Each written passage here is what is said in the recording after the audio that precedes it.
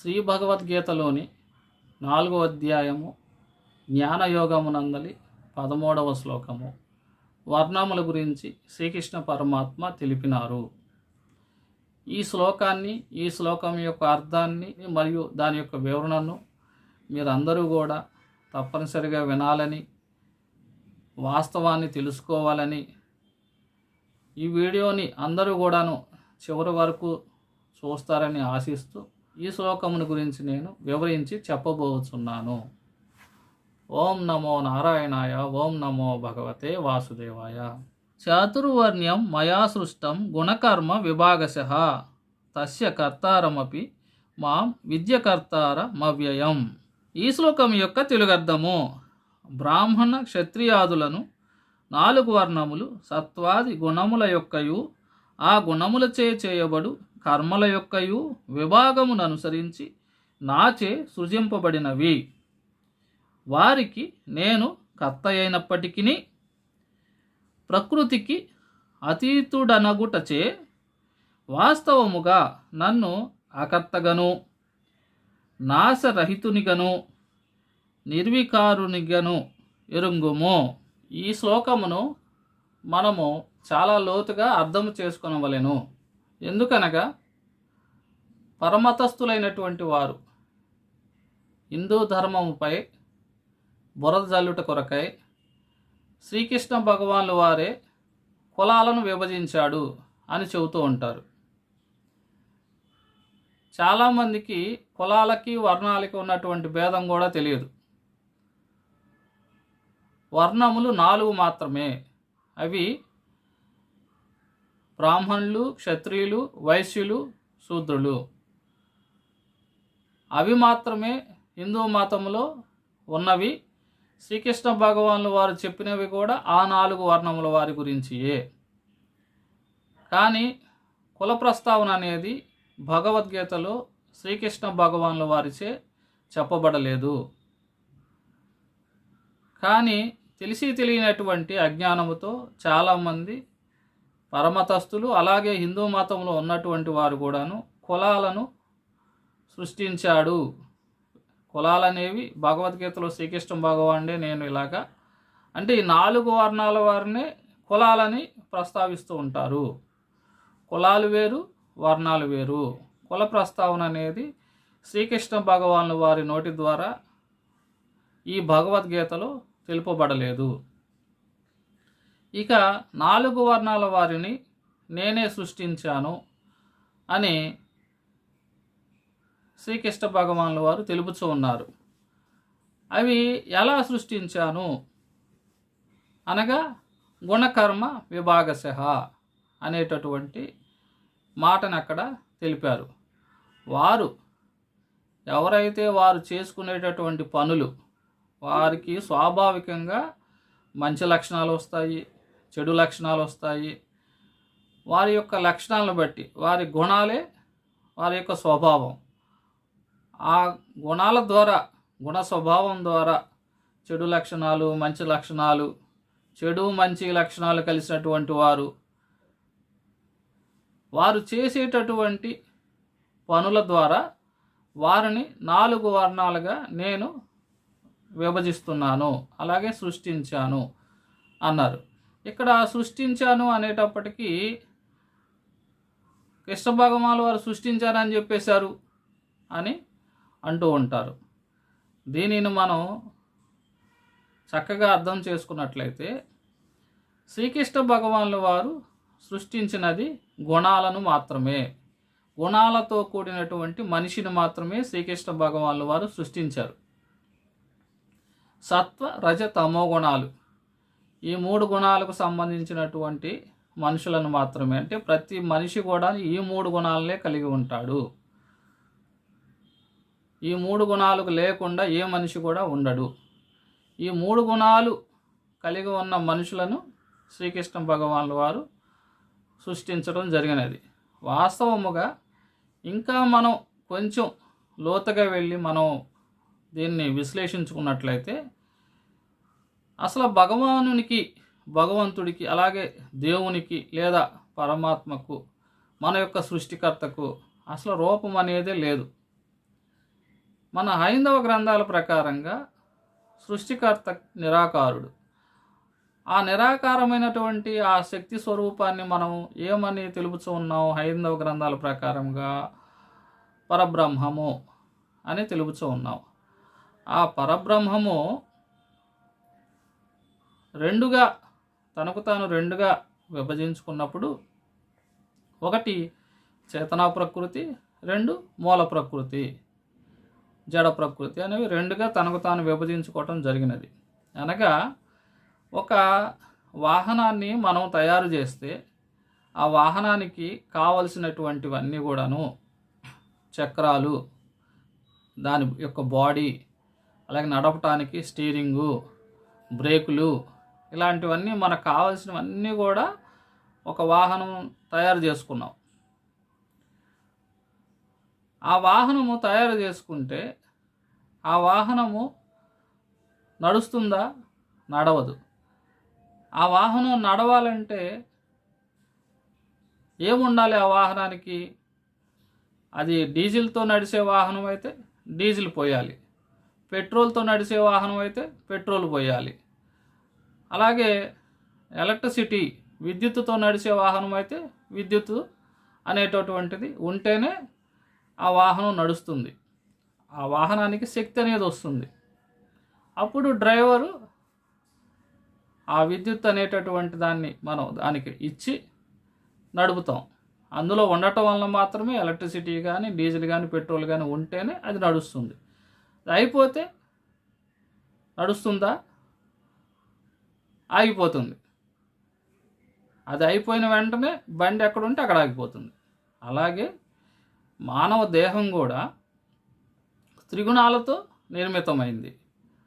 పంచభూతాలు అనగా భూమి, నీరు, అగ్ని, వాయువు, ఆకాశము అనేటటువంటి పంచభూతాలు, మనసు, బుద్ధి, అహంకారము అనేటటువంటివి ఈ 8 ద్వారాను, మరియు త్రిగుణాలు సత్వరజ తమో గుణాలు అనేటటువంటి ఈ 3 ద్వారాను, ఈ అన్నీ కూడా మూల ప్రకృతికి సంబంధించింది. ఆ పరబ్రహ్మ రెండుగా విభజించుకున్నప్పుడు ఒక సగభాగమైనటువంటి మూల ప్రకృతికి సంబంధించింది. అనగా మనం వాహనాన్ని తయారు చేసుకున్నప్పుడు ఆ వాహనము అన్ని మెటీరియల్తో తయారైనట్లుగానే ఈ మన శరీరం కూడా, అంటే ప్రకృతిలో పుట్టేటటువంటి ప్రతి ప్రాణి యొక్క శరీరం కూడా ఈ పంచభూతాల ద్వారాను, మనసు, బుద్ధి, అహంకారము, త్రిగుణాలతో పుట్టాల్సిందే. ఇవి మూల ప్రకృతికి సంబంధించింది. అలాగే మనము ఇచ్చేటటువంటి అది ఆ వాహనం కదలటానికి పెట్రోలో లేదో డీజిలు లేదో విద్యుత్తుని ఎలాగైతే ఇస్తున్నాం, అలాగే ఇక్కడ ఇంకో సగభాగమైనటువంటి పరమాత్మ అంటే చేతన ప్రకృతి ద్వారా ఆత్మ బీజ రూపమును వచ్చి ఈ బాడీలోకి, ఈ విధంగా తయారైన ఈ బాడీలోకి, మాతృగర్భంలో ఉన్నటువంటి ఈ బాడీలోకి ఎప్పుడైతే ఆత్మ అనేది వచ్చి చేరుతుందో అప్పుడు ఆ ప్రాణికి చలనం అనేది వస్తుంది. మాతృగర్భంలోనే చలనం అనేది వస్తుంది. ఆ విధంగా ప్రతి ప్రాణి కూడా జన్మించడం జరిగింది. అనగా ఇక్కడ ప్రతి ప్రాణి గుణాల ద్వారా పుడుతుంది. సత్వరజ తమో గుణాల ద్వారా పుడుతుంది. దానినే ఇక్కడ శ్రీకృష్ణ భగవానులు వారు తెలుపుతూ ఉన్నారు. వారి యొక్క గుణకర్మలను బట్టి నేను సృష్టించాను. 4 వర్ణాల వారిని గుణకర్మ విభాగశః అనగా వారి యొక్క గుణకర్మలు, వారు చేసుకున్నటువంటి గుణకర్మల ద్వారా నేను సృష్టించడం జరిగింది అని చెప్పారు. అంటే ఆ గుణాలతో నేను సృష్టించాను. సృష్టించిన తరువాత వారు సత్వగుణాన్ని కలిగి ఉన్నారనుకోండి, బ్రాహ్మణులు అవుతారు. సత్వగుణము, రజోగుణము కలిగినటువంటి వారు క్షత్రియులు అవుతారు. సత్వగుణము, రజోగుణముతో పాటుగా తమోగుణము కూడా స్వల్పంగా కలిగినటువంటి వారు వైశ్యులు అవుతారు.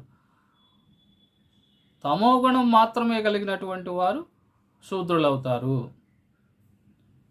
అంటే ఈ గుణాల ద్వారా మాత్రమే మనిషి ప్రవర్తిస్తూ ఉంటాడు. అతనిలో ఏ గుణం అధికంగా ఉంటే ఆ గుణము, సత్వగుణాన్ని కలిగిన ఒక మనిషికి సత్వగుణం అధికంగా ఉందనుకోండి, అతను బ్రాహ్మణుడు అవుతాడు. భగవంతుడైతే ఈ 3 గుణాలను కలిపి మనిషిని సృష్టించాడు. పరబ్రహ్మలోని ప్రకృతి ఈ 3 గుణాల ద్వారా, పరమాత్మలోంచిన ఆత్మ ద్వారా ఒక ప్రాణి సృష్టించబడి, ఆ గుణాలు ఆ ప్రాణిలో ఉండటం వలన ఆ ప్రాణి జన్మించిన తర్వాత ఏ గుణాన్ని అధికంగా కలిగి ఉంది అనే దాన్ని బట్టి ఇక్కడ కృష్ణ భగవానుల వారు చెబుతూ ఉన్నారు. ఈ గుణాలతో నేను సృష్టించాను. ఇప్పుడు వారు సృష్టి జరిగిన తర్వాత ఏ గుణాన్ని వారు కలిగి ఉంటే వారు ఆ వర్ణం కింద మనం చూడాలి. ఆ గుణాలను బట్టి విభాగశః అన్నారు అక్కడ స్పష్టంగా. గుణకర్మ విభాగశః, ఆ గుణాలను బట్టి వారిని మనం చూడాలి అని చెప్పి కూడా చెబుతూ ఉన్నారు. చెప్పిన తర్వాత ఇక్కడ మరలా ఏం చెబుతున్నారు, నేనే సృష్టించినప్పటికీ నాకు ఈ 4 వర్ణాలు వీరు ఈ గుణాలు కలిగినటువంటి 4 వర్ణాల వారికి ఎటువంటి కర్తను నేనే అయినప్పటికీ నాకు ఎటువంటి సంబంధం లేదు అని తెలుపుతూ ఉన్నారు. మరి ఈ మాట ఎందుకు తెలుపుతూ ఉన్నారు? ప్రకృతి పురుషుడు అనగా పరబ్రహ్మ నుంచి వచ్చినటువంటి సగభాగమైనటువంటి మూల ప్రకృతి తల్లి వంటిది. అలాగే పురుషుడు అనగా పరమాత్మ, చేతన ప్రకృతి కలిగినటువంటి పరమాత్మ. వీటిని మనం ఈ రెండింటి యొక్క కలయిక ద్వారానే ప్రతి ప్రాణి కూడాను పుట్టడం జరిగింది. అలాగే మనిషి పురుషుడు, మనుషులలో పురుషులు స్త్రీలు, ఒక పురుషుడు ఒక స్త్రీ కలియటం వలన సంతానం ఉద్భవిస్తూ ఉన్నారు.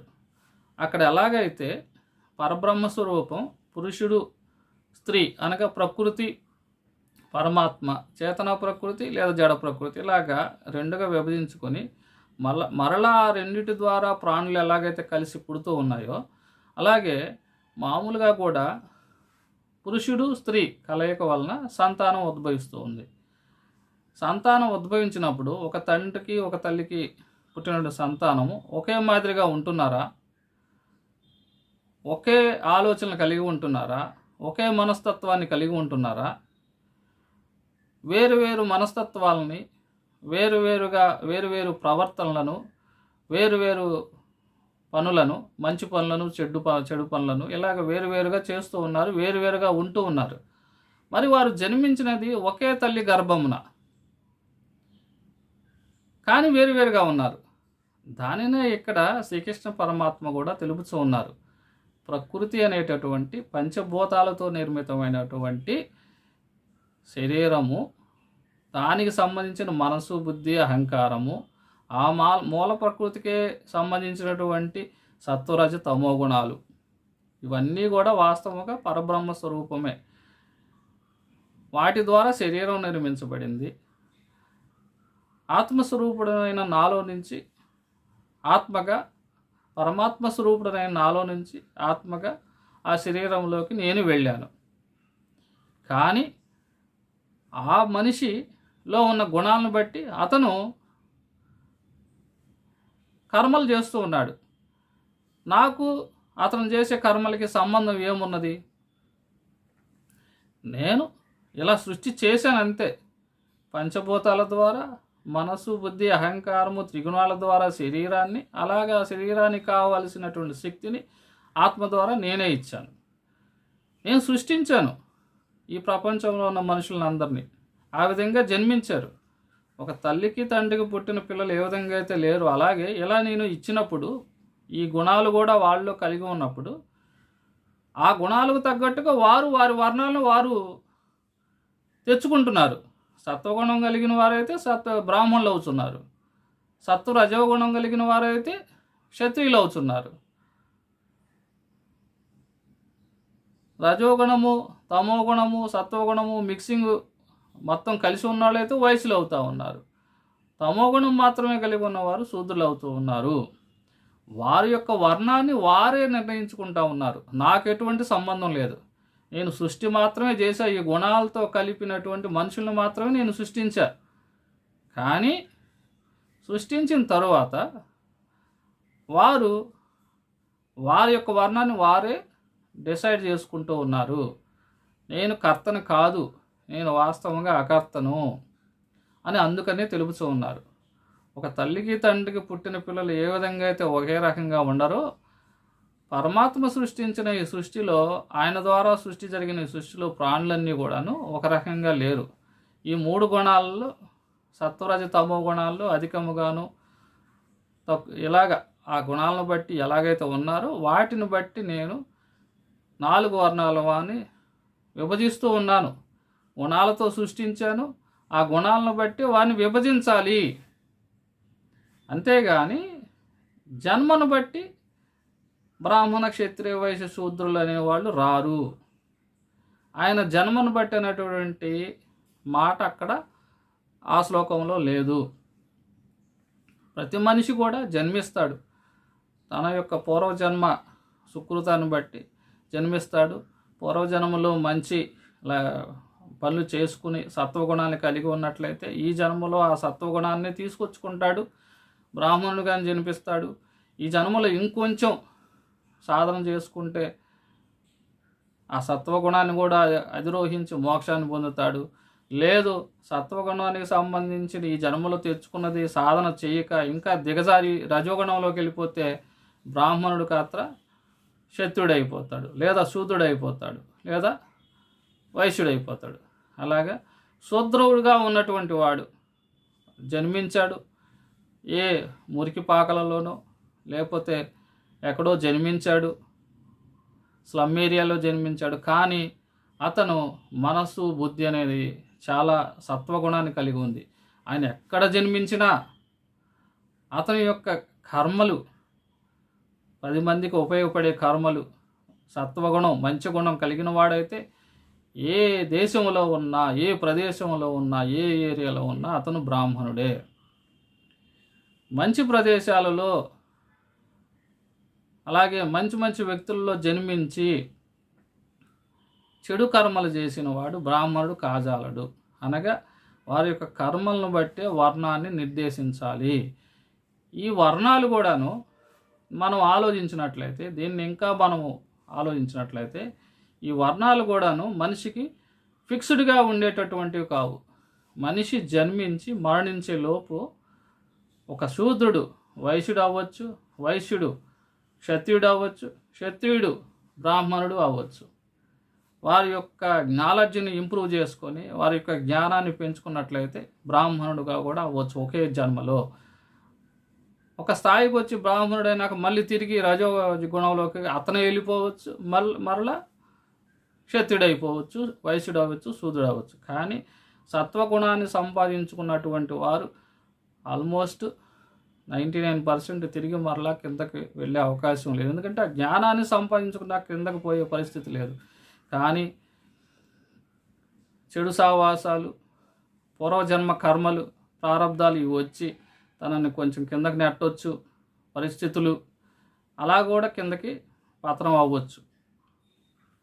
ఇక్కడ మనం తెలుసుకోవలసింది బ్రాహ్మణ క్షత్రియ వైశ్య శూద్రులు అనేవారు వారి యొక్క గుణాలను మాత్రమే, గుణకర్మలు అనగా వారి యొక్క చేసే పనులు, వారి యొక్క స్వాభావిక పనులు బట్టి, వారిలో ఉన్న సత్వగుణాన్ని బట్టి, రజోగుణాన్ని బట్టి, తమో గుణాన్ని బట్టి మాత్రమే నిర్ణయించబడతాయి, కానీ జన్మను బట్టి నిర్ణయించబడవు.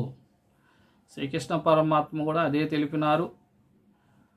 గుణకర్మ విభాగశః, వారి యొక్క గుణకర్మలు, వారి యొక్క స్వాభావికంగా వచ్చేటటువంటి పనుల ద్వారా వారి యొక్క వర్ణాలని నిర్దేశించాలి అని తెలిపినారు. అలాగే కులాలు వేరు, వర్ణాలు వేరు. కుల ప్రస్తావన భగవద్గీతలో లేదు. కులాలు అనేవి మనుషులు పెట్టుకున్నవి మాత్రమే, వర్ణాలు మాత్రమే హిందూ ధర్మంలో ఉన్నాయి. నాకు తెలిసినంత వరకు, నాకు తెలిసినటువంటి జ్ఞాన పరిధిలో నేను ఈ విషయాన్ని మీ అందరికీ కూడా చక్కగా వివరించానని అనుకొనుచు, ఓం నమో భగవతే వాసుదేవాయ. సర్వే జన సుఖినో భవంతు.